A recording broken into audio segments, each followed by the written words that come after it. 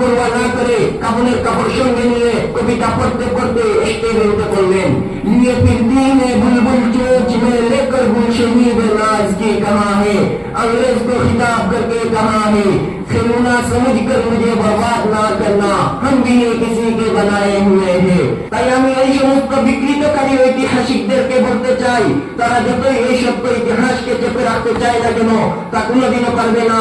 কেননা আজ থেকে 1400 বছর পূর্বে মহানবী সাল্লাল্লাহু আলাইহি ওয়াসাল্লামের পবিত্র বাণী ঘোষণা করেছিলেন, আল হক্কু নূরুন ওয়াল কুফরু বাতিলুন বাতিলুন ওয়াল কুফরু যুলমান।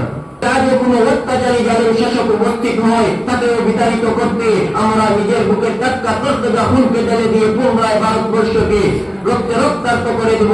তবু অত্যাচারী জালেম শাসককে আশ্রয় দিচ্ছি না, দেব না। কেননা लीडर की 100 साल की जिंदगी से शेर की एक दिन की जिंदगी बेहतर है।